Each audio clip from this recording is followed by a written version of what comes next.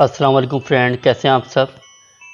Welcome करता हूं आप सबको आपके अपने चैनल हॉरर डायरी पर, जहां पर आपको सुनने को मिलते हैं खौफनाक सच्चे वाक़यात।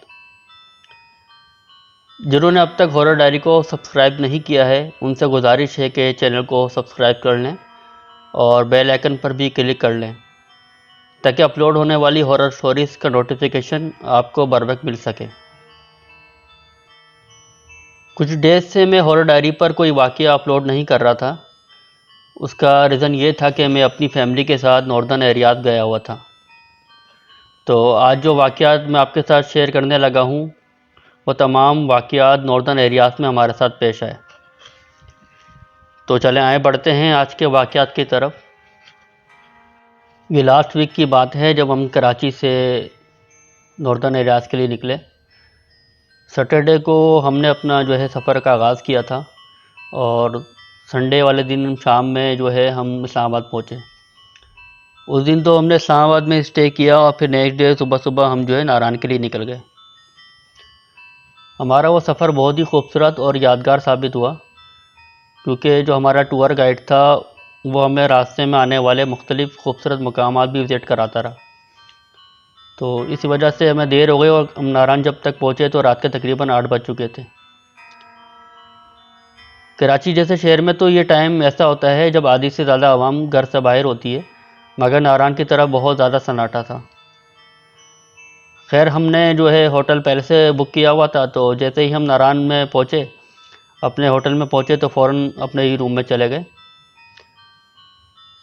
तो चेंज वगैरह करने के बाद कुछ देर के बाद मैं डिनर का बंदोबस्त करने के लिए बाहर निकल गया।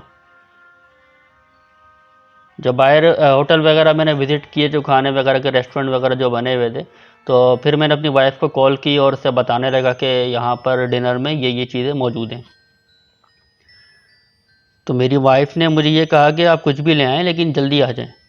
उसकी बात सुन के मुझे थोड़ी हैरानी तो हुई कि वो इस तरह से क्यों कह रही है कि मैं जल्दी आ जाऊँ। तो खैर मैं डिनर वगैरह जो है, जो भी खाने वगैरह पीने की चीज़ें थी वो मैं लेकर वापस होटल वापस आ गया। फिर वाइफ ने मुझे बताया कि जब मैं गया हुआ था तो किसी ने मेरी गैर मौजूदगी में वो रूम का जो है डोर नॉक किया और उसके पूछने पर किसी ने कोई जवाब नहीं दिया। मैं उसकी बात सुन के हंसने लगा और मैंने उसे समझाया कि हो सकता है कि भाई कोई वेटर वगैरह आया हो कुछ पूछने के लिए, तो इसलिए इसमें कोई डरने की बात नहीं है। खैर हमारे साथ फैमिली मेम्बर्स भी थे, मेरी वालदा, मेरी सिस्टर, मेरा भाई वगैरह। तो हम सब जो है डिनर वगैरह करने लगे तो ये बात जो है आई गई हो गई। डिनर करके फिर हमने इशा की नमाज़ पढ़ी और सोने के लिए लेट गए। रात के तकरीबन 2 बजे थे कि लाइट चली गई। एक तो पहले ही सन्नाटा और वीरानी थी हर तरफ, और लाइट जाने के बाद तो और भी ज़्यादा हमें खौफ महसूस होने लगा। और फिर उसके बाद ऐसा हुआ कि मुझे बाकायदा रूम में किसी की प्रेजेंस फील होने लगी। कभी ऐसा लगता कि जैसे कोई दरवाज़े के पास खड़ा हुआ है, तो कभी मुझे डोर बजने की आवाज़ आ रही थी, और कभी ऐसा लगता था कि विंडो खड़क रही है, जैसे हवा से खड़क रही हो। तो इसीलिए मैंने इन सब बातों को जो है अपना वहम करार दिया और यही अज़ूम किया कि तेज़ हवा होने की वजह से शायद डोर और विंडो से आवाज़ें आ रही हैं। खैर फिर सुबह को जब हम सब उठे हैं तो हमें उस दिन सैफुल मुल्क जाना था। मैं ये बताता चलूँ कि जो नारायण में हमें होटल मिला था वो सैफुल मुल्क से तकरीबन 5 किलोमीटर के फासले पर ही था। मैं कपड़े वगैरह चेंज करके बराबर में अपनी वालदा के रूम में चला गया और मेरी वाइफ जो है वो अपनी तैयारियों में लगी रही। तकरीबन 10-15 मिनट के बाद जब मैं रूम में वापस आया तो मैंने ये देखा कि मेरी जो वाइफ है वो हैरान और परेशान खड़ी हुई है। मुझे रूम में आता देखते हुए ही उसने मुझसे पूछा कि बाथरूम के वॉश बेसिन में किसी ने कुछ थूका हुआ है। जब मैंने उसकी ये बात सुनी तो मैं बाथरूम गया और देखा देखा कि वाकई में जो है वॉश बेसिन में किसी ने कुछ थूका हुआ था, कि जैसे किसी ने कोई निस्वार या पान वगैरह खा के थूका हो उसमें। ये काफ़ी हैरान करने वाली बात थी, क्योंकि जब मैं रूम से बाहर गया तो इस दौरान रूम में कोई भी नहीं आया था। तो मैंने अपनी वाइफ से भी पूछा कि मेरे जाने के बाद कोई और रूम में आया था, तो उसने कहा कि नहीं, कोई नहीं आया। और फिर वो बताने लगी कि वो काफ़ी देर से बाथरूम मिरर के पास ही हिजाब बांध रही थी, और थोड़ी देर के लिए वो बाथरूम से जो ऐसे ही रूम में बेड की तरफ आई है, और जब वापस वो बाथरूम की तरफ गई है तो उसने देखा कि ये बाथरूम में वाश बेसिन में किसी ने कुछ थूका हुआ है। खैर, मैंने बाकी फैमिली मेम्बर से भी पूछा, मगर सब ने इनकार किया कि किसी ने भी ये हरकत नहीं की है। और फिर मेरी वाइफ भी ये बात कह रही थी कि कोई भी रूम में आया ही नहीं है। उसके बाद फिर मेरी वाइफ जो है मुझे रात में पेश आने वाले वाक़यात भी बताने लगी कि उसे भी रूम में किसी की प्रेजेंस महसूस होती रही थी, और जो कुछ भी मैंने महसूस किया था सेम उसने भी ऐसे ही महसूस किया था, वैसे ही आवाज़ें उसने भी सुनी थी। उसकी ये बातें सुनकर मुझे यकीन हो गया कि ज़रूर इस रूम में कोई ना कोई अनदेखी मखलूक मौजूद है। और फिर जो ये वाश बेसिन वाला वाक़या हुआ तो उसके बाद से इस बात की तस्दीक भी हो गई थी। खैर, फिर हमने वहाँ से चेकआउट किया और हुंज़ा की तरफ चले गए। 2 नाइट्स हमारी जो थी वहाँ हुंज़ा में ही गुजरी, लेकिन खैर वहाँ पे तो कोई ऐसा ख़ास वाक़या पेश नहीं आया, सिवाय एक ये था कि मेरी सिस्टर को रात में ऐसा लगा कि जैसे मैं बाहर आया हूँ, और उसने मुझसे नेक्स्ट डे पूछा कि आप अपने रूम से बाहर आए थे, तो लेकिन ऐसा नहीं था। तो मैंने यही बोला कि शायद कोई वेटर वगैरह आया हो या कोई दूसरा जो गेस्ट होगा होटल में उसको तुमने देख लिया हो। इसके अलावा कोई खैर वहाँ पे ऐसा कोई वाक़या पेश नहीं आया। टूर के चौथे दिन हमने गिलगित में स्टे करना था, तो जब हम नारायण से फिर वहाँ गिलगित गए हैं तो जिस होटल में हम पहुँचे हैं तो वो 3 फ्लोर पे मुश्तमिल था। तो जो रूम्स हमें दिए गए वो सारे सेकंड फ्लोर पर थे, और उसमें से जो रूम मैंने लिया था उसकी बैक साइड पे जंगल था, यानी कि कोई और घर या आबादी नहीं थी। रूम से बाहर आते ही कॉरिडोर था जिससे चारों तरफ देखा जा सकता था, यानी कि फर्स्ट फ्लोर पर मौजूद रूम भी नज़र आ रहे होते थे और ग्राउंड फ्लोर पर भी। खैर, हम सब अपना सामान वगैरह रूम में रखकर शॉपिंग के लिए निकल गए। हुंज़ा और नारायण के मुकाबले में गिलगित ज़्यादा जल्दी वीरान हो जाता है, तो इसलिए जब हम 7-8 बजे वापस आए तो ऐसा महसूस हो रहा था कि हर तरफ हर कोई सो चुका है, और तकरीबन 90% शॉप्स हमने रास्ते में बंद ही देखी। खैर, होटल में आके मैं और मेरी वाइफ अपने रूम में आ गए और फिर लेट गए। गिलगित में भी लाइट का बहुत इशू है, तो इसलिए बार बार जो है लाइट आ रही जा रही थी। खैर, बेड पे लेटते ही थोड़ी देर में मेरी आंख लग गई, तो रात में अचानक मेरी वाइफ ने मुझे सोते से उठाया और कहने लगी कि उसे डर लग रहा है। मैं उसे समझाने लगा। खैर, थोड़ी देर बाद वो दोबारा से सो गई, लेकिन मेरी नींद अब उठ चुकी थी, तो मैं आंखें बंद किए लेटा रहा। अभी थोड़ी देर गुजरी थी कि मुझे ऐसा फील होने लगा कि बाहर कॉरिडोर में कोई चल फिर रहा है। मुझे यही लगा फर्स्ट टाइम कि शायद होटल में मौजूद कोई फैमिली है, कोई गेस्ट है, या होटल के जो वेटर्स हैं वो घूम फिर रहे हैं। लेकिन फिर थोड़ी देर और गुजरी तो मुझे रूम की बैक साइड से छोटे छोटे बच्चों की खेलने की आवाज़ आने लगी, और वो आवाज़ें भी इतनी अजीब थीं कि कुछ समझ नहीं आ रहा था कि ये कौन सी ज़बान है। गिलगिती या हुंज़ी ज़बान तो हम सुन रहे थे 3-4 दिन से, लेकिन वो आवाज़ बिल्कुल ही चेंज थी, अजीब सी आवाज़ थी। महसूस समझ में नहीं आ रहा था कि मतलब किस टाइप की या कौन सी लैंग्वेज है, कैसी ज़बान है। फिर मैं लेटे लेटे ये सब सुनता रहा, तो और फिर मुझे ऐसी आवाज़ें भी आ रही थी कि जैसे कोई शीशे के ऊपर कोई नोकीली चीज़ रगड़ता है तो एक अजीब सी आवाज़ पैदा होती है ना, तो वैसी ही तकरीबन आवाज़ आ रही थी। तो मुझे मुसलसल ही फील होता रहा कि कोई शीशे पे कुछ रगड़ रहा है, कोई नोकीली सी चीज़ जिससे ये आवाज़ पैदा हो रही है। मैं चुपचाप लेटा ये आवाज़ें सुन रहा था, और इन सब बातों को जो है अपना वहम समझ के झुटलाने की कोशिश कर रहा था। अभी थोड़ी देर ही गुजरी थी कि मुझे रूम में मौजूद अलमारी के खुलने और बंद होने की आवाज़ आने लगी। इस दौरान लाइट भी गई हुई थी, तो इस वजह से मुझे कुछ दिखाई तो नहीं दे रहा था, लेकिन ये मैं बाकायदा फ़ील कर रहा था कि रूम में जो अलमारी मौजूद है वो उसका जो डोर है वो कोई खोल रहा और बंद कर रहा है। ये सारी सूरत हाल देखते हुए मेरे तो रोंगटे खड़े हो गए और मैंने आयतल कुर्सी पढ़नी शुरू कर दी। काफ़ी देर तक ये सिलसिला जारी रहा, और फिर मैं हिम्मत करके रूम में मौजूद विंडो के पास भी गया और बाहर देखने की कोशिश भी की, जो कॉरिडोर के साइड पे जो विंडो थी। लेकिन मुझे वहाँ पे कोई भी नज़र नहीं आया और हर तरफ सन्नाटा था। हर शख्स जो था वो रूम में ही था, कोई भी मुझे बाहर दिखाई नहीं दे रहा था। लेकिन आवाज़ें ऐसी थी कि जैसे बहुत सारे लोग और बच्चे मौजूद हैं आसपास। खैर दुआएं और आयतुल कुर्सी पढ़ते हुए मेरी आंख लग गई। सुबह जब हम उठे तो मेरी वाइफ ने भी सेम मामलात मुझसे शेयर किए कि उसे भी रात में जो डर लग रहा था, ये सारे वाक़यात, जो सारी आवाज़ें थीं, वो उसे भी सुनाई दे रही थी। मैं ये सोचते हुए कि वो डर ना जाए, इन बातों को उसका वहम करार दिया और फ्रेश होने के लिए वॉशरूम में चला गया। अभी मैं ब्रश कर रहा था कि मुझे रूम के दरवाजे के बजने की ज़ोर से आवाज़ सुनाई दी और साथ ही साथ मुझे अपनी वाइफ की आवाज़ भी सुनाई दी, जो पूछ रही थी कि कौन है कौन है। दरवाज़ा बजने की आवाज़ कुछ ऐसी थी कि जैसे किसी ने दरवाजे पर ज़ोर से लात मारी हो। मैं फ़ौरन वॉशरूम से बाहर गया और उससे पूछा कि कौन आया था। मेरे पूछने पर वो बताने लगी कि किसी ने दरवाज़े पे ज़ोर से लात मारी और उसके पूछने पर किसी ने कोई जवाब नहीं दिया। और साथ वो बताने लगी कि जब उसने विंडो का पर्दा हटा के देखा तो एक शख्स जिसने काले कपड़े पहने हुए थे वो कॉरिडोर में जाता हुआ दिखाई दिया। उसकी ये बात सुनकर मैं फ़ौरन ही रूम से बाहर निकला, मगर मुझे कोई भी आसपास ऐसा कोई शख्स या औरत कोई भी नहीं दिखाई दिया कि जिसने काले कपड़े पहना। इवन कि कोई शख्स था ही नहीं जो मुझे दिखाई देता। मैं काफ़ी देर कॉरिडोर में भी खड़ा रहा।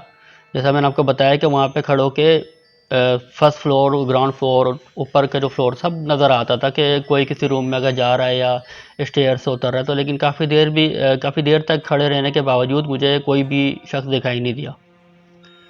खैर हमने उस दिन वहाँ से चेकआउट करना था, इसलिए अपना सामान वगैरह पैक करने लगे और फिर हम वहाँ से निकल गए। बाद में रास्ते में हमें जो है हमारी सिस्टर ने भी ये बताया कि उसके साथ भी सेम एक्सपीरियंसेस रात भर हुए और जैसे डोर बजने के और लोगों की आवाज़ें सुनाई देती रहीं कि जैसे बहुत सारे लोग आपस में बातें कर रहे हों। उस दिन हमने वापस नारायण में उसी होटल में स्टे करना था उस रात। मैंने कोशिश की कि होटल चेंज करवा सकूं, लेकिन ऐसा हो नहीं सका क्योंकि हमारी पहले की बुकिंग हो चुकी थी। तो इस वजह से जो है मैनेजर ने हमारी बात नहीं मानी। तो जब हम गिलगित से नारायण पहुँचे तो रात हो चुकी थी। हमने इस दफ़ा वहाँ अपने रूम चेंज करवाए। जो दूसरे रूम हमें दिए गए वो होटल के फर्स्ट फ्लोर पर थे, यानी कि इससे पहले जो हमें रूम मिले थे वो ग्राउंड फ्लोर पे थे। इस दफ़ा जो हमने रूम लिए वो फर्स्ट फ्लोर पर थे। तो जितने भी हमारे फैमिली मेम्बर थे सब ने जो है अपने अपने रूम पसंद कर लिए और जब मैं और मेरी वाइफ रूम देखने लगे हमारे लिए, तो हमें जो रूम वो दे रहे थे वो हमें पसंद नहीं आया। तो हमने एक रूम की तरफ देखा जिसका दरवाज़ा बंद था, लॉक लगा हुआ था। तो हमने वेटर से कहा कि आप ये वाला रूम हमें खोल के दिखाएं। तो हमारी बात सुन के वो मतलब जैसे टाल मटोल करने लगा और जैसे कह रहा था कि चाबी पता नहीं इसकी कहाँ है, या ऐसी कुछ तरह की बातें करने लगा। तो हमने बोला कि भाई आप जो रूम हमें दे रहे हैं ये तो काफ़ी गंदा है, इसका जो कारपेट वगैरह काफ़ी मैला हो रहा है, बेड शीट वगैरह तो आप चेंज कर देंगे, लेकिन हम ये वाला रूम नहीं लेंगे, इसलिए आप ये जो दूसरा रूम बंद है आप एक दफ़ा हमें दिखा दें। तो खैर हमारे इंसिस्ट करने के ऊपर वो कुछ देर के बाद रूम की जो कीज़ वगैरह है वो लेकर आया, तो उसने रूम हमें दिखाया। जो हमने रूम देखा तो रूम बज़ाहिर तो काफ़ी अच्छा नज़र आ रहा था, लेकिन वहाँ से काफ़ी स्मेल आ रही थी कि सीलन सी हो जाती है काफ़ी देर से, काफ़ी टाइम तक रूम बंद रहने की वजह से जिससे स्मेल हो जाती है, तो वैसी स्मेल आ रही थी कि जैसे पता नहीं काफ़ी टाइम से ही वो रूम खोला ही नहीं गया। तो हमने उस वेटर से कहा कि आप जो है रूम में स्प्रे करो, रूम स्प्रे। तो जिस पर वो कहने लगा कि थोड़ी देर में कर देता हूँ। तो हम अपने जो है सामान वगैरह रख के जो है हम वेट करने लगे, लेकिन काफ़ी देर गुजरने के बाद भी वो नहीं आया। तो जब वो नहीं आया तो फिर मैं गया रिसेप्शन पर और मैंने जाके उससे फिर से कहा, मैंने कहा भाई आप जो है अभी तक आपने स्प्रे नहीं किया है। तो मेरी बात सुनकर वो फिर से टाल मटोल करने लगा कि भाई सर्दी बहुत है, अगर हम रूम स्प्रे करेंगे तो आप लोगों को इन्फेक्शन हो जाएगा और वायरल फैल जाएगा, और पता नहीं कैसी कैसी बातें करने लगा कि एलर्जी हो जाएगी, फ्लू हो जाएगा।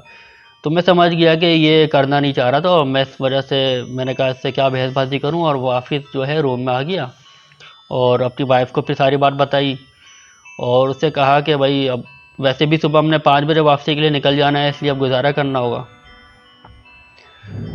साथ ही मैं आपको ये बात बताऊं कि बाद में मुझे मालूम हुआ कि उसने बाकी रूम में रूम स्प्रे किए थे, लेकिन सिर्फ हमारे वाले रूम में उसने रूम स्प्रे नहीं किया था।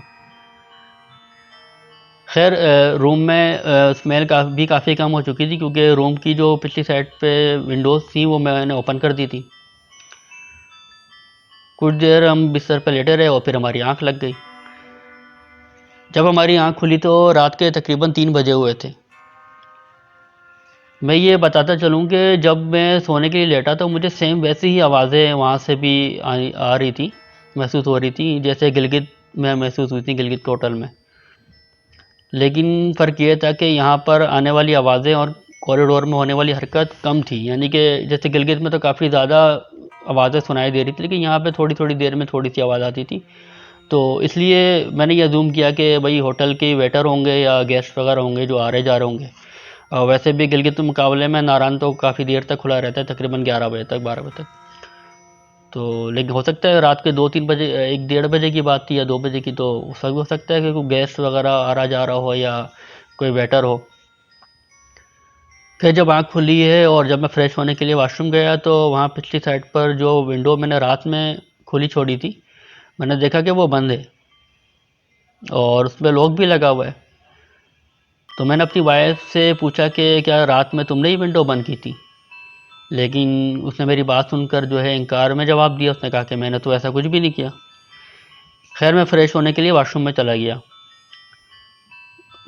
मुझसे पहले जो है मेरी वाइफ़ जो है वॉशरूम में गई थी और उसने जो है नल ओपन कर दिया था, ताकि क्योंकि पानी वहाँ पे देर में जो है गर्म आता है, क्योंकि पाइपलाइन वगैरह जो है काफ़ी सर्दी की वजह से ठंडी हो जाती है। तो उसने जो है पानी का नल पहले से खोला हुआ था, तो गर्म पानी आ रहा था, तो उस वजह से जो बाथरूम में जो है काफ़ी फॉग सी हो गई थी। तो इसलिए वहाँ जो मिरर लगा हुआ था उसमें भी फॉग जमा हो गई थी, तो जिसकी वजह से मिरर में कुछ भी दिखाई नहीं दे रहा था। तो मैंने ये देखा तो मैंने उस मिरर पर जो है अपना और अपनी वाइफ़ के नाम का पहला अल्फ़ाबेट लिख दिया। और बाहर जब मैं आया तो फिर मैंने अपनी वाइफ़ से कहा कि देखो मैंने तुम्हारे लिए मिरर पे कुछ लिखा है। लेकिन जब तक वो वॉशरूम गई तो वो सब मिट चुका था, क्योंकि मैंने जो है नल बंद कर दिया था, तो इस वजह से शायद फॉग कम हो गई थी, तो वो सारा कुछ जो मिट चुका था। खैर फिर थोड़ी देर के बाद मुझे बुलाया, उसने भी कुछ मिरर पे लिखा था, तो मुझे दिखाया कि ये देखें मैंने आपके लिए कुछ लिखा है। तो खैर मैंने भी देखा, फिर मैं वापस जो है अपने रूम में वापस आ गया, मतलब बाथरूम से, और अपने जो है शूज़ वगैरह पहनने लगा। थोड़ी देर के बाद जो है मुझे मेरी वाइफ़ ने फिर से आवाज़ दी। जब मैं बाथरूम के पास गया तो मुझे देखते ही वो पूछने लगी कि आपने मिरर पे पहले क्या लिखा था? तो मैंने उसे बताने लगा कि मैंने बताया तो था कि मैंने अपना और तुम्हारे नाम का जो है पहला अल्फ़ाबेट लिखा था। तो जब उसने उसने फिर मेरी बात सुन के मिरर की तरफ इशारा किया कि आप देखें, ये तो नहीं लिखा था आपने। जब मैंने मिरर के तो देखा तो चौंक के रह गया कि जो मैंने पहले लिखा था वो सेम वैसे ही लिखा हुआ वापस मुझे दिखाई दे रहा था। तो जैसे अब मैं अपनी जो है मैंने राइटिंग भी पहचानता हूँ कि ये मेरे ही हाथ का लिखा हुआ था। तो उससे ज़्यादा हैरानी मुझे अपनी वाइफ़ की ये बात सुनकर हुई कि वो कहने लगी कि क्योंकि फॉग की वजह से, क्योंकि दोबारा से उसने जो है पानी गर्म लेने के लिए नल खोला था, तो उस वजह से दोबारा से फॉग गई थी। जब उसने भी कुछ लिखा था तो मुझे दिखाया था। तो उसके बाद उसने मुझे बताया कि उसने मिरर पे पानी डाल के धोया था, साफ़ किया था, ताकि वो अपना हिजाब वगैरह कर सके उसको देख के, क्योंकि फॉग की वजह से कुछ दिखाई नहीं दे रहा होता है मिरर के ऊपर।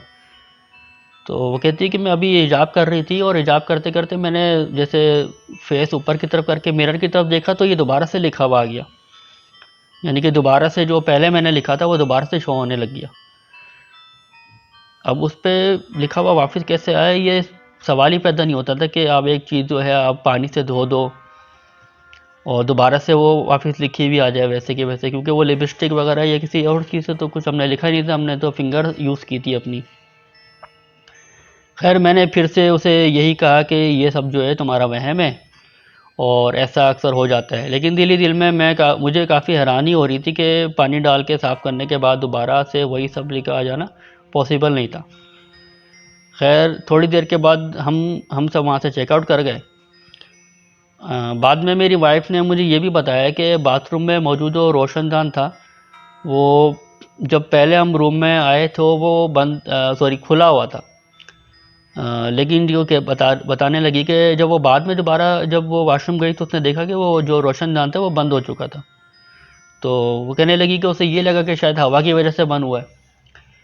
लेकिन जो उसने ज़्यादा हैरान करने वाली बात बताई वो ये थी कि वो कहने लगी कि जब रोशनदान बंद हो गया तो उसने देखा कि उसके मिरर पर भी फॉग जमी हुई थी, और उस पर मेरी वाइफ बताती है कि उसने वहाँ पर बाकायदा फिंगर छपी हुई देखी कि यानी किसी ने वहाँ पे फिंगर से हाथ फेरा हो, बाकायदा हाथ का निशान वहाँ पे दिखाई दे रहा था।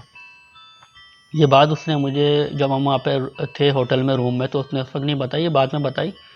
तो इस वजह से मैं ये खुद देख नहीं सका, लेकिन ये सब किसी तरह भी गैर मामूली नहीं था, क्योंकि बाथरूम में जो रोशनदान था वो काफ़ी ऊंचाई पर था और नीचे खड़े होकर उसको छूना या उस पर फिंगर्स वगैरह फेरना या उसको टच करना ऐसा पॉसिबल ही नहीं था। ये सारे वाक़यात थे जो हमारे साथ वहाँ पर पेश आए और जो हमने अपनी आंखों से देखे और कानों से सुने और बाकायदा महसूस किए, किसी की प्रेजेंस को महसूस किया। शायद अगर ये सब सिर्फ मेरे साथ पेश आया होता तो मैं ये सब जो है इनको वह अपना अपना वहम करार दे देता, लेकिन इन सब वाक़यात और मनाजिर को मेरी वाइफ समेत तकरीबन तमाम फैमिली मेम्बर्स ने देखा। तो इस बात से हमें पूरा यकीन है कि वहाँ पे कोई ऐसी मखलूक मौजूद थी जो हमारी मौजूदगी को वहाँ पे पसंद नहीं कर रही थी। आप सबसे गुजारिश है कि ऐसे मकामात पर जाते हुए, ख़ासकर होटल में रूम लेते हुए, ख़ास तौर पर नॉर्दर्न एरियाज़ की तरफ जब भी जाएं, क्योंकि ये जगहें वीरान हैं, जंगल हैं, यहाँ पे पहाड़ हैं, तो इस वजह से वैसे भी यहाँ पे ये मखलूक़ात अपना बसेरा कर लेती हैं। तो आप लोग एहतियात से काम लिया करें रूम लेते हुए। मैं आज भी उन मनाजिर को अभी याद कर रहा हूँ तो मेरे रोंगटे खड़े हो रहे हैं कि जो भी कुछ वहाँ पे हमारे साथ पेश आया। उन मखलूक़ात ने हमें कोई नुकसान तो नहीं पहुँचाया, लेकिन अपने होने का सबूत कदम कदम पर दिया। खैर, अल्लाह का शुक्र है कि हम जो है खैर आफियत से वापस कराची आ गए। तो फिर हाज़िर होऊंगा इंशाल्लाह दूसरे खौफनाक वाक़ियत के साथ। जब तक के लिए आप सब अपना बहुत ख्याल रखिएगा, और जिन्होंने चैनल को सब्सक्राइब नहीं किया है उनसे रिक्वेस्ट है कि चैनल को सब्सक्राइब कर लें। फ़ी अमान अल्लाह।